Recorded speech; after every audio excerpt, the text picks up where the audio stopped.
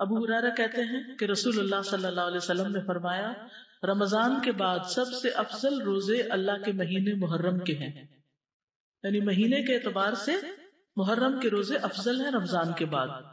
ویسے تو ذوالحج کے پہلے عشرے میں تو سارے اعمال افضل ہیں، لیکن وہ صرف پہلے 10 دن کی بات ہے، اور یہاں کیا ہے، پورے مہینے کی بات ہو رہی ہے. لیکن یہ بات ثابت ہے کہ نبی صلی اللہ علیہ وسلم نے اس پورے مہینے کے روزے نہیں رکھے، کمپلیٹ نہیں کیا محرم کو. اس سے اس مہینے کے روزوں کی ترغیب تو ملتی ہے، لیکن پورے مہینے کے روزوں کی پابندی نہیں. خصوصاً عاشورہ کا روزہ، 10ویں تاریخ کا روزہ. جب آپ سے اس دن کے روزے کے بارے میں پوچھا گیا تو آپ نے فرمایا یہ روزہ گزرے ہوئے 1 سال کے گناہوں کا کفارہ بن جاتا ہے، یعنی پچھلے محرم سے لے کے اب تک کے جو گناہ ہوں گے وہ انشاءاللہ معاف ہوں گے. صغیرہ گناہوں کی طرف اشارہ ہے. اللہ کے رسول صلی اللہ علیہ وسلم نے اس کے بارے میں فرمایا یقیناً عاشورہ اللہ کے دنوں میں سے ایک دن ہے، یعنی خاص دنوں میں سے. تو جو چاہے اس دن روزہ رکھے، جو چاہے چھوڑ دے، یعنی نفلی روزہ ہوگا، فرض نہیں ہے. رمضان کے روزے فرض ہونے سے پہلے یہ فرض تھا. ابن عباس سے روایت ہے، وہ کہتے ہیں کہ میں نے نبی صلی اللہ علیہ وسلم کو نہیں دیکھا کہ عاشورہ کے دن اور رمضان کے مہینے کے علاوہ کسی دن کو افضل سمجھ کر آپ نے اس دن کا روزہ رکھا ہو. تو اب آپ کو بات سمجھ آ گئی کہ 9 تاریخ کا جو روزہ ہے وہ نہ رکھا تو پھر اجر سے محرومی ہو سکتی. تو احتیاط کا تقاضا یہی ہے کہ 9 کا رکھا جائے. ساتھ دور نبوی میں بچے بھی عاشورہ کا روزہ رکھتے تھے، بچے بھی روزے رکھتے تھے. ربیہ بنت معوذ سے روایت ہے کہ نبی صلی اللہ علیہ وسلم نے عاشورہ کی صبح انصار کے گاؤں میں کہلا بھیجا جس نے صبح اس حال میں کی ہو کہ روزے سے نہ ہو تو وہ اپنا باقی دن پورا کر لے. یعنی درمیان میں بھی روزے کی نیت کی جا سکتی ہے، نفلی روزے کی. اور جو شخص روزہ دار ہو تو وہ روزہ رکھے، یعنی جسے نیت کر لی وہ پورا کرے. ربیہ کہتے ہیں کہ اس کے بعد ہم لوگ خود بھی روزہ رکھتے اور اپنے بچوں سے بھی رکھواتے. ہم انہیں اون کا ایک کھلونا دے کر بہلائے رکھتے، جب کوئی کھانے کے لیے روتا تو وہی دے دیتے، یہاں تک کہ افطار کا وقت آ جاتا. یہ تربیت ہے نا، ٹریننگ ہے. تو ضروری نہیں کہ ہر وقت جب بچہ روئے اس کو ضرور دودھ دیا جائے یا کھانے کو دیا جائے، تھوڑی دیر رونے بھی دیا جائے یا بہلا دیا جائے. اس دن کا روزہ جو ہے یہ مستحب ہے. جابر کہتے کہ رسول اللہ صلی اللہ علیہ وسلم ہمیں عاشورہ کا روزہ رکھنے کا حکم دیتے، ہمیں اس کی ترغیب دیتے اور اس موقع پر ہماری نگرانی فرماتے، یعنی رکھا ہے کہ نہیں.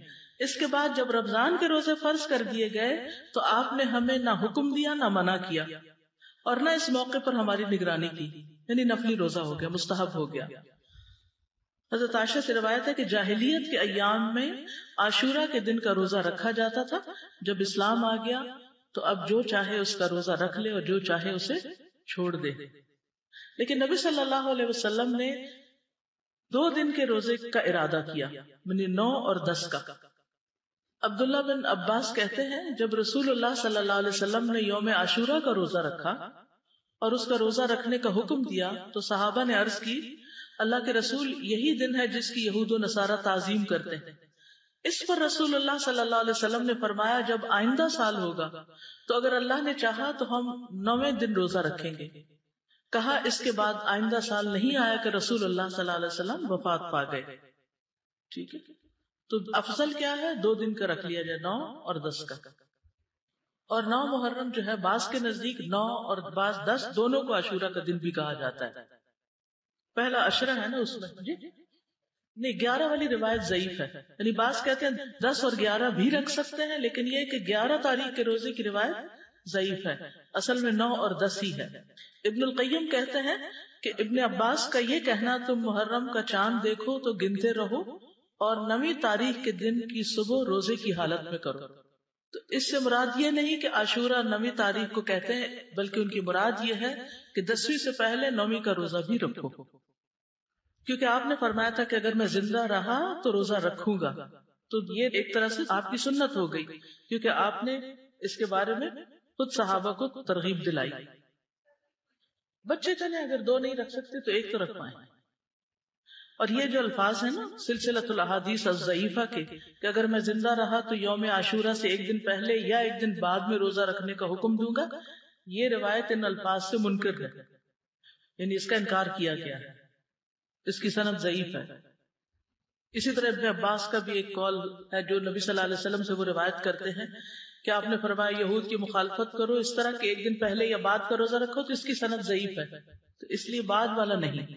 ابن تیمیہ رحمہ اللہ کہتے ہیں صحیح بات تو یہ ہے کہ 9 اور 10 دنوں کا روزہ رکھنا مستحب ہے، کیونکہ آپ کا آخری حکم یہی تھا کہ اگر میں اگلے سال زندہ رہا تو 9ویں کا بھی ساتھ رکھوں گا۔ تو زیادہ افضل کیا ہے؟ ویسے تو پورے مہینے میں روزے رکھ سکتے ہیں، آپ چاہیں تو 11